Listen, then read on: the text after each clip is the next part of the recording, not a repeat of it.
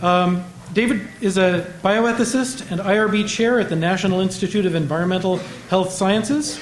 He did his doctoral work in philosophy at the University of North Carolina at Chapel Hill, but he also holds a law degree from Concordia University.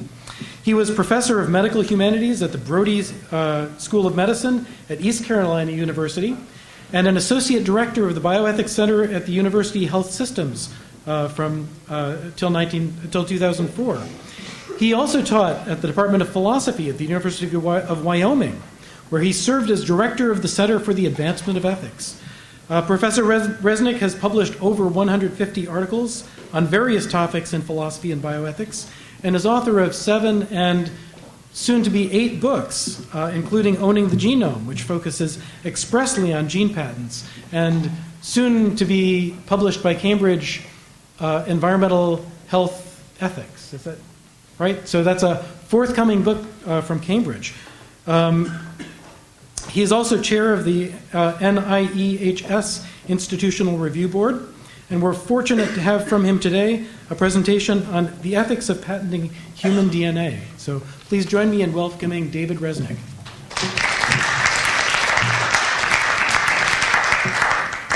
Thank you very much. Can everyone hear me okay? Okay. I realize this is a long day, and I have the privilege of going at the end of the long day when everybody's getting tired and everything. So I will try to not get too bogged down here. Some of the stuff has already been covered by the other speakers, and that is a good thing. I have to give my disclosure here that the views I'm defending do not represent the NIEHS, the NIH, the Obama administration, or anything like that. So this is just me. We've already had a lot of background. I'll just skip through this about patents on life that have been talked about, and I thank the presenters for that. And really, I want to point out here that actually DNA was patented before this famous Diamond versus Chakrabarty decision. It was in the long tradition of chemical patents that DNA was first patented, a DNA molecule was first patented. So more recently, what a lot of attention is focused on is this lawsuit involving Myriad Genetics and its patents on breast cancer mutations and also testing methods for testing for these mutations. And initially, those patents on the genes or the DNA sequences were ruled to be invalid as patents on nature. And then this was, the Patent Office accepted it, but then a court said it was invalid, and then this has been recently overturned, and so probably this one will end up at the Supreme Court. So what I really want to focus on today are the sort of ethical arguments really that are challenging DNA patents, patents on human DNA. And we will also be looking at the arguments for DNA patenting when we're looking at those against it. And I'm not really going to dwell too much on the legal aspects of patenting. I'm really trying to focus on the ethical issues here, although the ethical and legal issues do intertwine in various ways, as shall be obvious. So you can really look at these arguments in as two kinds. Either they're consequentialist arguments arguing that bad things will happen from DNA patenting. There could be harms to science, harms to medicine, especially access to care and genetic testing, and harms to agriculture, GM crops, and so forth, things that we've talked about here today. There are also non-consequentialist arguments. These are not ones that focus on the bad things that can happen from patenting, but they just say that it's a matter of principle. You just shouldn't do it regardless of the consequences. So we have claimed that DNA is a product of nature, that it violates human dignity, that DNA is part of our common heritage, and there's theological arguments that I won't consider today, such as that it's against God's will or whatever. So I'm going to really focus on these arguments that specifically dealing with human DNA, the human dignity argument and the common heritage arguments. All these other arguments really apply to DNA patenting of any species, plant species or whatever. One could argue, for instance, that patenting bacterial DNA undermines the progress of science or harms medicine or agriculture or whatever. I won't cover all these other aspects in depth, but I do want to focus really just on the human DNA patenting issues. So, as I think has already been mentioned, the sort of in favor of patenting is this long tradition going all the way back to our Constitution that patenting is there to promote science and the useful arts. It promotes public disclosure of inventions so that inventions are not treated as trade secrets. The patent application becomes part of the common property, the common good of people, and so this knowledge can be used by others. So that's sort of the argument for patents. But there have been some arguments challenging DNA patents of all kinds, not just on human DNA. But so going back to 1998, an influential article by Heller and Eisenberg published in Science said DNA patenting could lead to a tragedy of the commons, where something that was previously a common good is now starting to be increasingly privately owned, and then everybody loses out. That's to everyone's detriment when this happens. So they talked about some problems that they think can arise when you have DNA patenting. One of them is the problem of patent thickets. That is, if there's a lot of patents in a subject area, people will have to negotiate a lot of different license agreements of various kinds. If you want to do some kind of medical test or genetic test, and there's all these genes that are patented, you're going to have to get licenses from all these different companies. This can then make it difficult. There can be increasing licensing fees, administrative costs, and so forth as you try to negotiate your way through all these different licenses. People may refuse to grant licenses, as Myriad Genetics has done. Actually, they have licensed a few companies. Just a very few companies they've licensed to do their testing. But a company could refuse to license in order to sort of maintain its monopoly position. There can also be the possibility of blocking patents where the sole reason you get a patent is not to use it, but to block others from using the technology, the downstream applications of the technology or whatever. So they said, look, all these really bad things can happen, and this is very worrisome with genetics. Well, their arguments were theoretical, and they were not backed up by empirical research. They've nonetheless had tremendous influence. You can see them in Justice Sweet's legal decision. They're there, even though, and the empirical evidence is not there in his decision. But there has been some empirical studies that have shown that patenting can interfere with data sharing and encourage secrecy in biomedicine. So why would this happen? Well, because people that are interested in developing intellectual property claims from their research, they may say, look, we don't want to share this data because it could invalidate our patent. You could take advantage of us or whatever, so we don't want to share. Now, it's worth noting that there's a lot that scientists have all kinds of other reasons not to share data, not just intellectual property reasons. Probably the biggest reason why scientists don't share data is they want to keep competing scientists out of business too. Science is a very competitive process.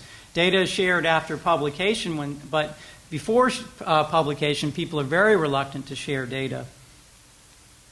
So there have been a lot of studies, however, that have come out that have shown that it doesn't appear that patents are having a negative effect on biomedical science as a whole. So I did a study in which I looked at, in my book, I looked at publications in genetics, which I take to be a very good indicator of progress in genetics, and patenting, and you can do a nice correlation where publications are increasing and patents are increasing. They're both increasing at the same time. It's a very strong correlation. So that itself is an argument that patents is certainly not discouraging publication. It's not deterring publication in genetics. Some other studies focusing on sort of the weeds looked at how sort of scientists have figured out ways to get around patents. So a lot of times they found that scientists were not getting sued for patent infringement. They were university scientists that were infringing patents if the companies decided to enforce their patents, but they weren't getting sued. And they were finding creative ways to get around the patents, and that these weren't really leading to any significant delays in their research. So, an article published by Caulfield and co-authors, they summarize the sort of empirical evidence that we have so far. Well, there may have been good reasons for concerns. The feared problems have not widely manifested. And the problems that the data do reveal may have less to do with patents than with commercial concerns, scientific competition, and frictions in sharing physical materials. So they're saying that the evidence is certainly not conclusive that patents are having a bad effect on the progress of biomedical science. However, there is another survey I just looked at recently that tries to counter what Caulfield concludes, and the study of agricultural biologists from 4 U.S. universities, and they said that on a whole, patenting is having a negative impact on their research. So that's that study. Bottom line is, I think the evidence is mixed. It's certainly not conclusive that patenting is a bad thing. It shows, I think, that there are some problems that have been identified, but none of this seems to be so problematic as to justify something as radical as banning DNA patents or banning biotechnology or patents. You'd need tremendously compelling evidence to argue that we shouldn't have these kinds of patents, and that evidence just doesn't seem to be here at present. It's also worth mentioning, and this was talked about earlier, that there are ways of getting around these licensing problems. One of the good ways of doing this, which has been used in the computer electronics industry, is forming patent pools. This is where a bunch of companies get together in the pool and they buy into it and they agree to license each other. You put your patents into the pool, and for a fee you can license patents to each other. And this makes it a lot easier to deal with the licensing problem and the patent thicket problem that I mentioned earlier. Another thing that can be used at times, and our government actually has used it before, is compulsory licensing, where actually I believe the first time it was used, one prominent example was the Wright brothers' patents on airplanes. And the government basically stepped in and said, we need to be able to develop airplanes for World War I efforts, so you guys have to give up some of your patent claims. You have to license other people to make these technologies. So that is an option in some extreme cases. Another thing which could be done, and I think it will probably have to be done by legislation, is to strengthen the so-called research exemption in patent law. This was something that judges had found in patent law earlier, basically saying if you're going to be using an invention for philosophic inquiry or whatever it was called, just abstract, pure theoretical inquiry, you're not infringing the patent. You can use invention just to study it or whatever. But that has been narrowed, that exemption has been very narrowed under recent court cases. Basically, the court said that we don't really have this anymore at universities. Universities are commercial enterprises, and anybody that is working at a university is not doing it for just pure philosophical interest or whatever. They are involved in some kind of commercial activity. So, but what could be done, I think, is that Congress could actually revise the patent laws if it wanted to build in a stronger research exemption, which could be potentially helpful. Okay, in medicine, the main issue has been access to patented technologies, such as diagnostic tests or genes used to make therapeutic proteins, such as erythropoietin. As I mentioned, Myriad is a paradigm case here where I think Myriad's genetic tests cost something like $3,000 or something like that, which is a pretty high fee for that kind of a test. Incidentally, new developments in technology, multiplex genetic testing and things like that, may make Myriad's tests obsolete in a few years. There's other ways to test for the same things that Myriad was testing 4 years ago. But that's a side issue. It's worth noting that Myriad is not the only company. The University of Miami, when it patented the Canavan gene and the test and everything, it also got into trouble with that in terms of limiting that. So part of the issue here is that when you patent something, it drives up the costs of care. Who wants to pay Myriad $3,000 for a breast cancer test? Why can't I have that test for $100 or whatever seems to be a fair amount to pay? And if you drive up the cost of care, then people don't have access to that care because of the high costs of care, and that affects medicine. Problem with this argument, however, is that this applies to all kinds of medical patents. Drugs. Everybody probably here knows that when drugs are first patented, the costs are enormous, right, until generics can come out. Medical devices, everything else has the same sort of effect. When you have a patent on something, it's going to increase the costs. These patented things are going to be much more expensive initially until really the patent expires and generics can come onto the market and competition drives the price down. So how is DNA patenting any different, really? This is just, if you're really against DNA patenting because of its effects on medicine this way, you really should be against all forms of biomedical patenting because of their effects on access to care and the cost of medicine and things like that.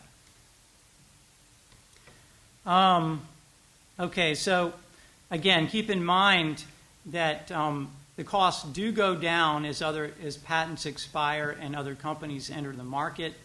However, as intellectual property attorneys probably know, companies often try legal maneuvers to try to extend the life of their patents. And I would argue that the patent office and the courts should step in to limit this for the interest of fairness, to make sure that they cannot unfairly extend their life of the patents by, claiming new inventions and new improvements and things like that on the same old patent. And it's also important to keep in mind that many of these technologies would not have been developed without a tremendous amount of private capital. It costs it's probably the last time I looked at it, it was between $500 million and $800 million to develop a new drug and bring it to market. Tremendous amount of private capital investment in developing new drugs. So, if we started to really interfere with biotechnology patents, DNA patents, we would really, what we would be doing is we would be driving out a lot of private investment that then the government would have to pick up the costs of that medicine, or we wouldn't have that medicine or whatever, but we would basically take it out of the private sector. Okay, so the product of nature. This is a really interesting argument, and here where legal and ethical and philosophical arguments are all getting intertwined.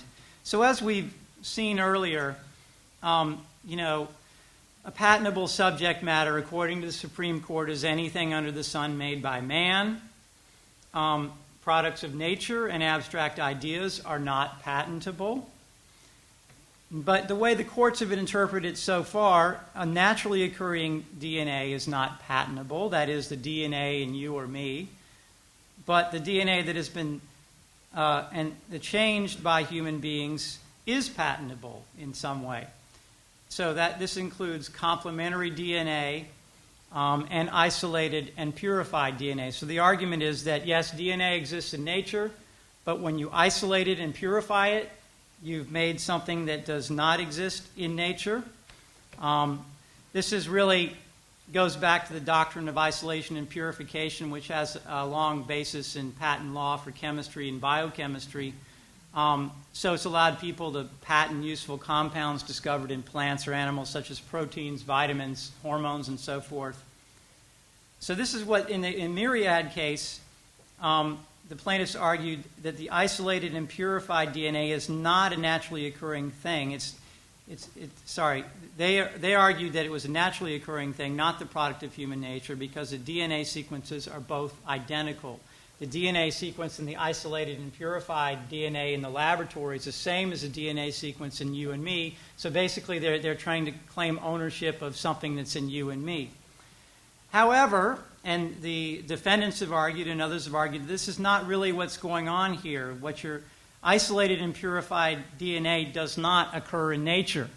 Or if it ever occurs, it doesn't occur very long because it's immediately eaten up by something or destroyed chemically by something. DNA always occurs in the context of some organism or biochemical process, not isolated and purified like it is in the laboratories. So consider the implications of the plaintiff's argument in Myriad.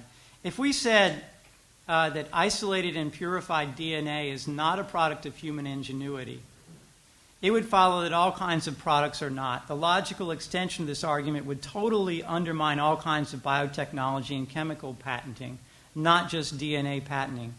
Again, so how is DNA different from proteins, from RNA, from other compounds you find in nature?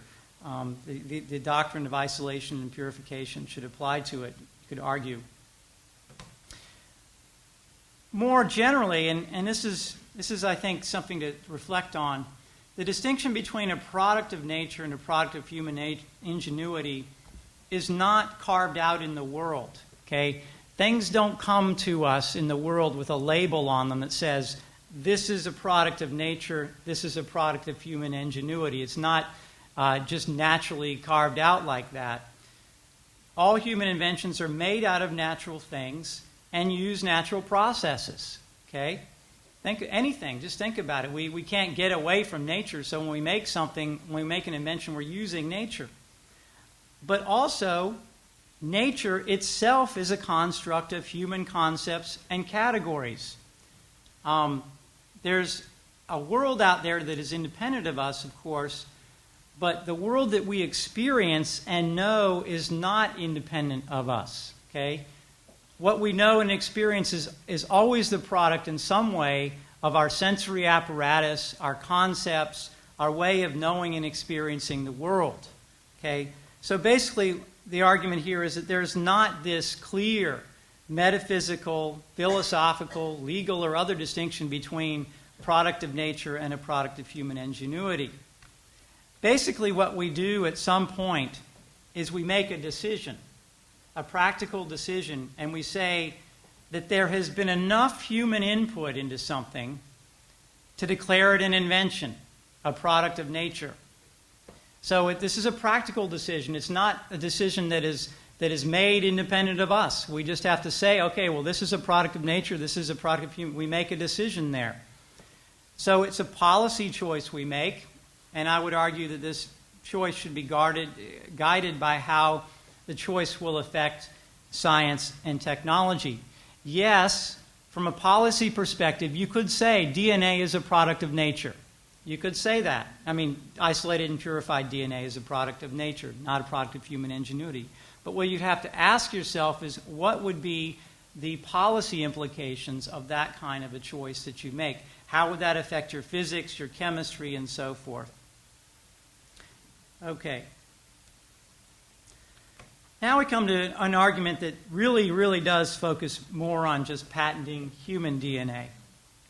And this is the human dignity argument. So there have been many that have argued that patents on human DNA are immoral because they violate or threaten human dignity. Now, I want to mention here that human dignity has been used in many bioethics debates of late as sort of a big club to hit people over the head with. They'll say, look, I don't like something because it violates human dignity. Okay, what is human dignity? Okay, it's not clear to many people, and there's been some have argued that we shouldn't even use this concept at all in bioethics because it's so vague. But I think there is a way to get a handle on this if we really go back to the Kantian perspective on this. Immanuel Kant developed this notion of human dignity in his ethics, and what it comes down to is human dignity is the idea that people have inherent moral worth and should not be treated as mere things or objects. Okay? So, to patent something is to treat it as a commodity that can be commercialized. Patenting a whole human being would treat a person as a commodity. It would therefore violate the dignity of the patented person, because it would be treating a person as a mere thing. It would be treating a person as property. Okay, so that is the argument that one could make against human DNA patenting, that basically it treats a person as property, and so it's inherently a wrong thing to do. However, this kind of argument assumes problematic part-whole relationships that I will discuss. Patenting human DNA is not the same thing as patenting a whole human being. DNA is only part of a human being. There's a difference logically, morally, and legally between parts and wholes. You can't deduce parts from wholes and vice versa. So, from the fact that my tire is made out of rubber, you can't say that my whole car is made out of rubber. Or from the fact that my calculator can perform division, you can't say that each part of my calculator can perform division. The parts and wholes are not logically connected like this. So, you can't logically infer that it is unethical to treat a body part as a commodity from the assumption that it is unethical to treat a whole human being as a commodity. So, patenting DNA, let me just sort of step back on that. Think of the sort of allowing, we commonly allow body parts to be sold. For instance, sperm, eggs, hair, cell lines, a lot of other parts are commercialized, bought and sold. People are bought and sold, but we don't think of this as really buying or selling a whole human being. I think we willingly understand the difference between the part and the whole. So my counter-argument is basically DNA patenting does not violate human dignity because of this difference between parts and wholes. Well, there's another reply to this, though, and one could say, yes, there is this problem, but we could say that DNA is a special body part that is fundamentally linked to the whole human body. Human DNA provides a genetic code for making a human being. Patenting DNA may not be the same thing as patenting a whole person, but it is dangerously close to it. Okay? So this is the sort of final retreat in the human dignity argument, is that there's something special about human DNA that is linked to the human person. So when you start patenting DNA, it becomes more like you're patenting a person. Well, there are some problems with this. First, it's the whole human genome that contains a genetic blueprint, not particular sequences of it. You cannot make a whole human being from one gene. You need thousands, 35,000 genes, something like that, to make a human being. Second, the genome is only partly responsible for forming a person. Really, it's the environment, and really, if you get down to the cellular level, it's the RNA that's doing all the work to put together the proteins and everything. The DNA is kind of carrying the information. So it's not really all made out of just the DNA. And finally, this argument equating sort of saying that DNA has its special properties equates a person with their DNA. And so what it's really confusing is genetic identity and personal identity. These are two different things. So if you think of identical twins, we would not say that identical twins are the same people.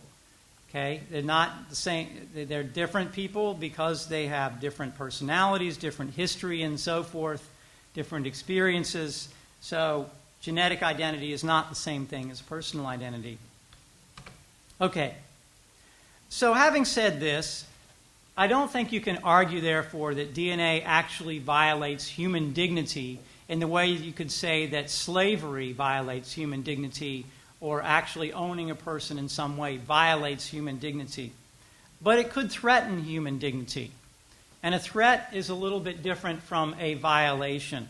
Threats can lead to violations because of their impact on society. Think of the things that we have. Consider violent video games. you could say, well, these don't really violate human dignity.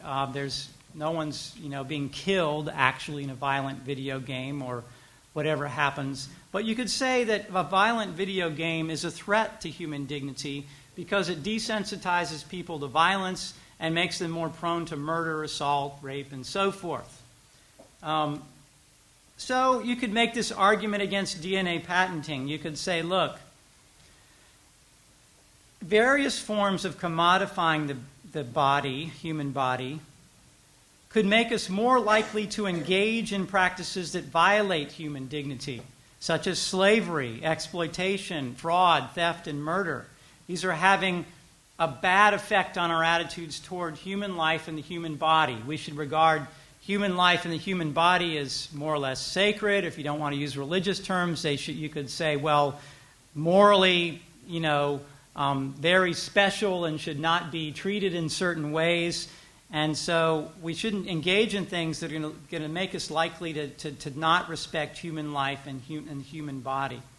And we have a real-life example, I think, where patenting, you could say, led to violations of human dignity. So the patenting would be, say, threatening human dignity. The John Moore case a number of years ago, John Moore had a splenectomy at the UCLA Medical Center in 1976. They did not tell him that they were planning to develop and market his cell line, which was overproducing some important immune system proteins. The cell line was estimated to be a value of $3 billion on the market at that time. So he sued for this. He sued for conversion, which is taking his property or making use of his property without his permission. And he sued for violation of informed consent. Well, it went up to the California Supreme Court, and the Supreme Court said that the researchers had not committed conversion because it was really not Moore's property in the first place. But they did say that they had violated his informed consent by not telling them about their research interests, their financial interests in this case. So this is a real case where I think you could say, yes, patenting increased the chances that we would exploit somebody because of the patent interest. This is why they didn't maybe get informed consent.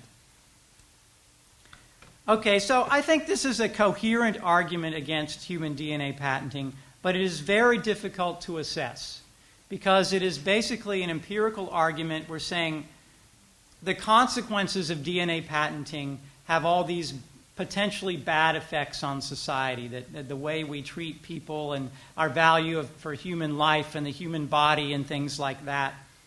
And it's really difficult to assess because if you think of society right now, we are already engaged in many forms of commodifying the human body. From modeling, professional athletics, which I would say is commodification of the human body because if you look at it, the athletic team owns your body. They can tell you certain things you can and cannot do with your body once you engage in professional athletics. Patenting of human tissue, selling of sperm and ova. Also, all kinds of things we engage in. Pornography, we allow racist publications and associations, violence on TV and movies and video games. There's all kinds of things out there that threaten human dignity. When you put all this together, you say, well, how does DNA patenting figure in all this? Does it make a unique or powerful contribution? Is it the straw that breaks the camel's back? Probably not likely. I think it's really not going to have as big an effect on society as a lot of these other things I've talked about that already threaten human dignity that we allow. Okay, so the final argument I want to look at that's already been discussed here, and I think there was a very good discussion of it, probably better than the one that I'll give here, but I'll give some kind of discussion, is the common heritage argument. And I guess I have a slightly different understanding of this argument. We can debate about what it really means. I guess you could argue I'm setting up a straw man here or something like this. Maybe I am. But basically, this argument is saying basically that DNA can't be patented because it is our common heritage. It belongs to all of us, so no one should be able to claim special ownership as occurs in patenting because that would violate the rights of all of us to use it. So I'm taking a sort of a very strong interpretation of what it would really mean to have common heritage in DNA. I think the argument has scientific and conceptual flaws. If you look at DNA, first of all, 99% of our DNA we share with chimpanzees, and even 50% with yeast. Okay, and so 1% of the human genome can said to be uniquely human. So, is that the part of the genome that can't be patented? That's our unique heritage, or whatever. What are we talking about here? Second, there's considerable genetic variation among the human population. So we're not even talking about the same 1%. There's some variation across populations, and there are some populations that actually have DNA unique to them, occur in certain indigenous groups and things like that. They could make an argument that this is our DNA. This is not common heritage of mankind. This is DNA that's found only in our population, so we should be able to patent it. So I think bottomly, if you really take this literally, I don't think it makes a lot of sense that it is literally our common heritage, given what we know about human genetics. It's not something like a house that's inherited by four heirs or something like that, where you have a single thing that you can point to and say, this belongs to the four of you, you jointly own it, or whatever. But I would say that DNA is definitely a common resource, even if it's not what we would consider common heritage. And this may be similar to some interpretations we had earlier of what this is. We are allowed to exploit and use and commodify common resources like the oceans and the atmosphere and things like that, provided that we practice good stewardship and fairness. So, good stewardship would be taking care of something and making sure it's not destroyed. And fairness is fair benefit sharing, making sure that benefits are shared fairly among all the different parties. So, things that could be talked about in terms of fairness, in terms of benefit sharing, would be like things like access to technology, fair competition, adjusting the patent law so that people cannot have sort of all this too much control in terms of patenting. The courts can modify things like this. But none of this would really imply that DNA should be outlawed as such. There should be no DNA patenting. It would just mean that we have to tweak and adjust the system so that we can promote stewardship of this common resource, as well as some kind of fairness in terms of the sharing of the benefits. So, concluding here, patents on human DNA, I think, are ethical and ought to be legal. But there are definitely some potential problems that need to be addressed, such as the impact of patenting on science and medicine. Laws and policies may need to be adjusted or revised to ensure that benefits are maximized and shared fairly.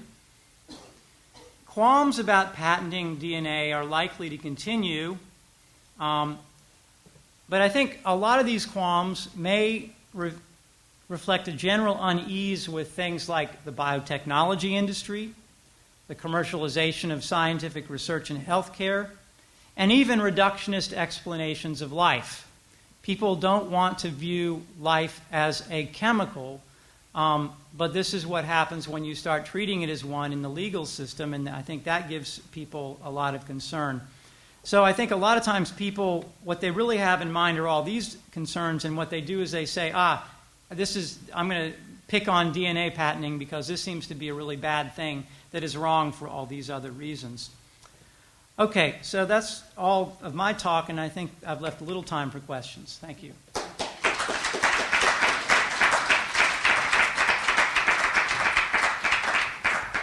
Thank you so much, David. I am going to take the moderator's prerogative once more, but I do want to invite you all to pose questions to David after this.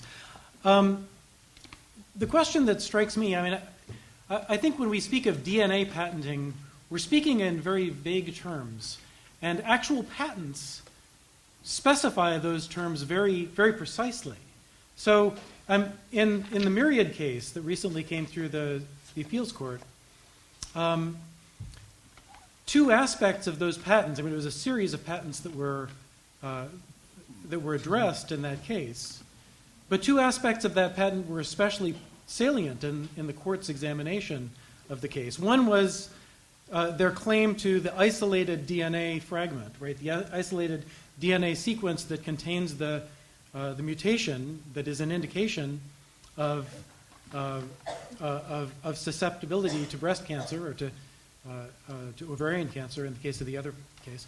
But the other was the claim to the process of diagnosing susceptibility to cancer by comparing the sequence of the patient with the patented sequence. Now, the court upheld the claim to the sequence, but it did not uphold the claim to the process of comparing. So I'm wondering, I mean, in these specific cases, often what's moral or what's not may depend on the very specific claims that are upheld or not upheld in the course of this claim. I'm not clear, even after reading that case, what is still infringement under those circumstances. So if I use a piece of DNA and I don't isolate, but I notice, right, that the BRCA sequence, the relevant sequence, is present or not present in a piece of DNA, and I tell you, perhaps I take Dr. Streifer's DNA, and I look at the relevant piece of DNA without ever isolating anything, and I notice that that fragment is present, and I tell Professor Streifer, that's present, right? And it occurs to him, this means that I'm susceptible. Right? Now, the court did not uphold the comparison claim, right? So the court did not uphold the right to the claim that involved comparing the patient's DNA with the original sequence. Have I violated Myriad's patent if I tell Dr. Streifer that I've noticed that his DNA contains that claim? I mean, it seems to me often in actual patent claims involving human DNA, the morality or the questionable aspects of these patents don't have to do with the vague aspect. Is it a patent that covers human DNA, and what is that anyway? They have to do with very specific things that are covered under very specific patents. So I guess I've given a very specific question. Have I violated Myriad's patent in the scenario that I described? But then a more broad question: is it true that that defense of the broad category of human DNA patents will adequately address the issue of the morality of specific patents that cover human DNA? It's a broad question. Well, thanks for the question. I think I was taking on the general issue, because the opponents of DNA patenting have argued in very general terms, going back to Jeremy Rifkin and the patent on the humanity that was talked about earlier. They're like, no patents on human DNA. They weren't saying this particular kind of DNA patent is bad. They were saying none, right? So I've been trying to clear out the ground here and say, look, that's not really, basically there should be patents on human DNA, but we have to adjust this properly so that we don't have patents that are too broad, for example.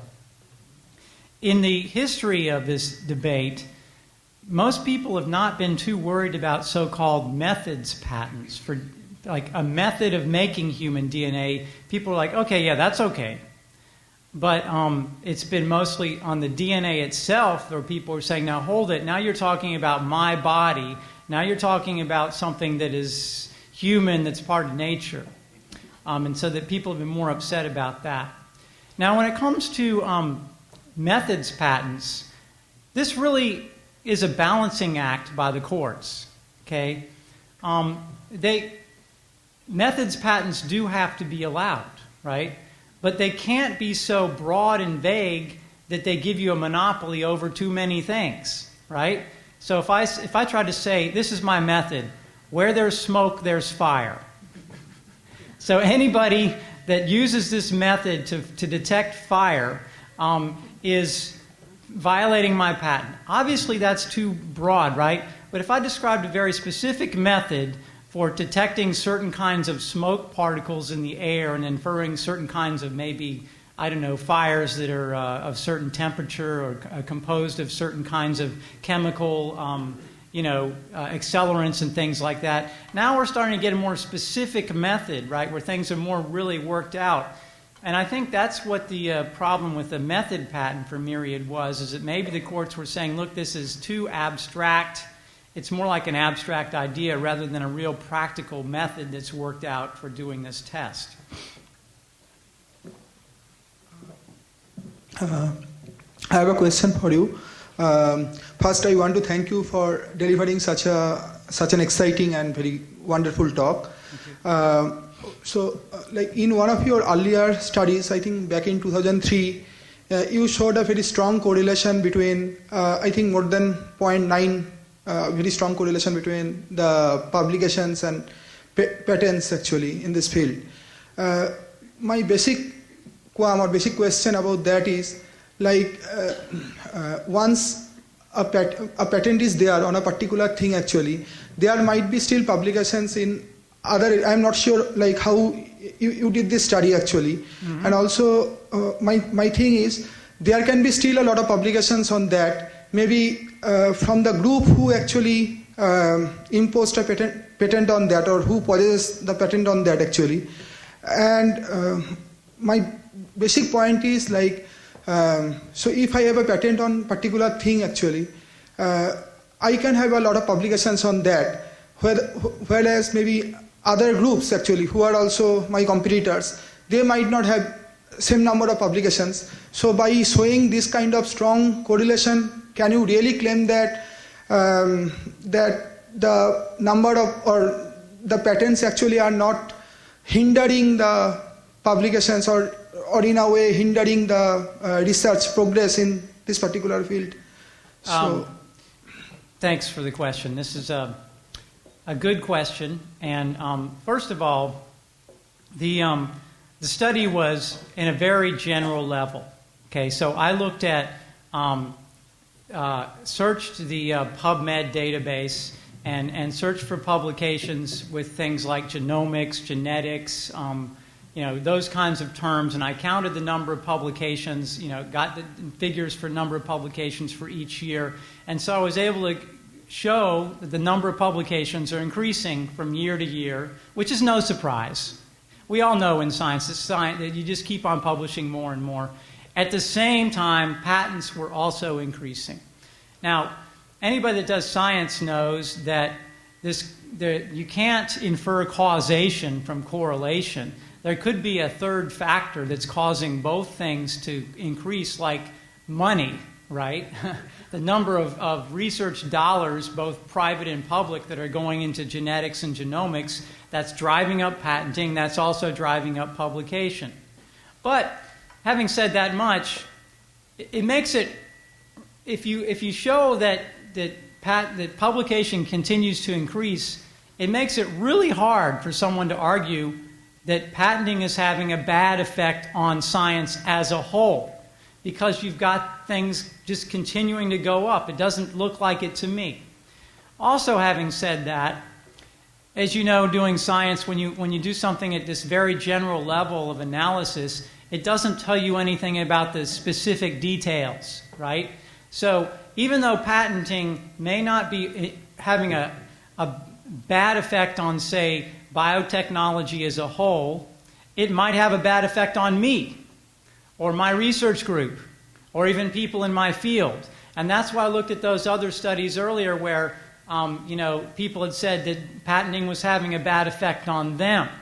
So there's still, I still think there's a lot we have to sort through in terms of the empirical evidence, exactly what effect patenting is having on biotechnology as a whole, on particular fields and things like that. First, thanks for the interesting talk. It was really fun. I noticed when you were talking about examples of commodifying human body parts, or the human body as a whole, I felt like there was an important distinction between that and DNA. Because in the case of, so if I choose to become a model or an athlete, I choose that with the full knowledge that that will, let someone else impose control over my body. And the same with if I choose to donate my eggs or my kidney. But if someone patents something like BRCA1, which I just have in my body, without any consent from me, they now have control over part of my body and what I can do with it. So I was wondering if you think that poses an ethical problem with patenting DNA and why or why not. Oh, yeah, it certainly would if they had that kind of control. But the Supreme Court, the Patent Office have said basically they don't have that kind of control. So if someone patents DNA, you don't infringe them every time your cells reproduce in your body and you make a copy of that DNA. Okay? They can't deny you the right to use that DNA that's in your body. If they had that kind of right, that would be disastrous. That would be it wouldn't work. And that's basically what they've said earlier about you can't have patents on humans. So that would be a problem if they had that kind of ownership. I guess I don't necessarily even mean just the natural use of DNA, but for instance, in my lab I have access to a sequencer. So if I want to, I think I should be able to extract my DNA and take it and look at it and do any sort of analysis that I want to it simply because I own it. Well, so the claim is you own it in your body.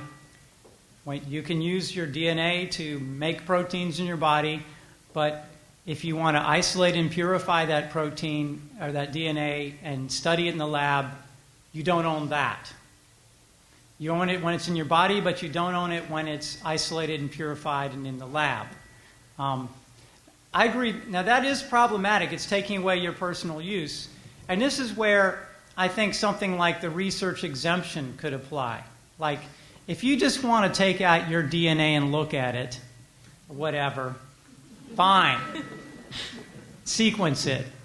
But the minute you start commercializing, suppose you wanted to take your DNA, suppose Myriad had patented the DNA sequence or whatever, and you said, I want to isolate and purify it, and I want to make and sell something from this because it's my DNA. Now we would have a problem, right? Because we got Myriad versus you. So I really think that actually things like what you're talking about, if we had a stronger research exemption, a more generous research exemption, it would allow people to do things like what you're talking about. Thanks. Yeah. To press on some of those same issues, I don't think a research exemption is going to solve the problem here, at least not in other cases that, to my mind, seem analogous. It's a general issue with the patent system that independent discovery is irrelevant if it takes place after the patent has been granted, and yet there seems to be an obvious element of unfairness in allowing the first independent discoverer to prevent the second independent discoverer from capitalizing on his or her own efforts. So in the University of Pennsylvania case with Myriad Genetics, Myriad Genetics insisted that the University of Pennsylvania researchers use their test, even though the Penn State researchers, at least it's my understanding, had actually independently come up with a test. And that just seems obviously unfair. It wasn't, in that case it was research, but it could be clinical. The same issue would be raised. If somebody independently develops something that happens to be patented by somebody else, it seems very counterintuitive to think that they don't have a right to use it. So that's one issue. And let me just respond to that. That's Sure. not the way the patent system works, though. I agree. The patent system works to the first person that makes a claim on it, basically. That's right. And in the U.S. now, at least, it's the first to file now. It used to be the first to invent. Right. So you could have people co-inventing something independently, and whoever can prove that in the old law used to be the first that could prove they were the first to invent. They're the one that can make. Now it's the first that can been changed, so it's the first that files gets it. So, that's a problem with the patent system. Then that Right. kind of a argument. Right. I agree. It's a general issue. But it seems like it was what many people found upsetting about some of the Myriad cases. That's one issue. And as I said, I don't think that's going to be handled by a strengthened research exemption in other cases, because that's going to apply more generally. But the other question is, I mean, you agree that allowing the biotech company to have control over the DNA in your cells would be disastrous. But you don't seem to get upset if they can control the DNA in the tests that I need to save my life. Why isn't that also disastrous? Well, because generally that is an argument against any medical patenting. Someone goes out and someone goes out and invents a new drug that can treat cancer, and I've got this cancer that can be treated. Now, they want a ton of money for this new cancer drug. They could save my life. You could argue they're killing me because they're charging too much money for this cancer drug that I need to save my life. Think that's a good argument? No. No. And so it's the same kind of argument against the DNA patenting, that, you know, that they're killing me or they're denying me a medical therapy because they patented something I need. Now, you could make that argument. You could say, look, we should just socialize all medical research. Medicine is so important that none of it should be patented. That it should all medical research should be sponsored by the NIH and you know, done by academic medicine and no private involvement, and then we could have a fairer sharing of medicine, et cetera, et cetera. I mean, you could make sort of a socialist argument against medical patenting. But I think that's what it would take to really say that DNA patenting is so unique that it should be treated, you know, because it is basically like all medical patenting, you have the same sort of argument. Right. I'm going to press you with at least one, maybe the last question, but it's actually carrying one step farther the question that Katie raised just a little bit earlier regarding Myriad's patent. So, but I think it applies more broadly to any patent regarding a diagnostic tool associated with a genetic marker. Okay, so we do want people to go out and pursue genetic markers for crucial medical conditions like breast cancer, right? So in that sense, we do want companies like Myriad Genetics to pursue to look for markers that will enable us to diagnose horrible diseases like that. On the other hand, it's a very peculiar context. It's a very peculiar patent. It's a very peculiar method. So the appeals court in the Myriad Genetics case found that you can't patent the mental process of comparing a person's gene to an isolated gene fragment that you have another claim over. But it looks as though patents involving diagnostic use of genetic markers essentially will involve the mental process of comparing my gene with another gene fragment. So it looks to me as though in upholding Myriad's patent in this particular case, the appeals court has actually undermined the motive that would set people out pursuing gene patent markers, because the method of diagnosis that is necessary if we're to use these markers in diagnostic processes is a purely mental process, as the court found, and purely mental processes, ruled the court, are not susceptible to patent claims. Doesn't it look like a case where we might like genetic markers like these to be coverable by patent claims, but it might simply turn out that no longer are they susceptible to the kind of protection that Myriad believed it had before this case came about. I'm not going to speculate. I don't really know where the courts are going to go with this and what the implications are. I guess I'll just reiterate that if any kind of medical testing method, if you can patent any kind of medical testing method, let's say it's not let's get away from genes, but let's just say testing for HIV antibodies to determine whether someone has HIV. That's a patented test, and there's all kinds of medical disease tests we have patented. It seems like that if you're going to have patents on these things, and we want patents on these things, the courts are going to have to say at some point, okay, this is not just a pure idea. This is not just saying, go look for this and you can find that. It's got to be worked out a little bit more practically in terms of very specific testing methods and procedures that are used in the laboratory. And that's what you own, right? You don't own something very abstract. So I'm only speculating, but I think that's probably the direction it has to go, or the courts are going to have to go in order to carve out a reasonable, doctrine for allowing people to use methods to find things. Yeah. Yeah. Yeah. Yeah. Yeah. Yeah. Yeah.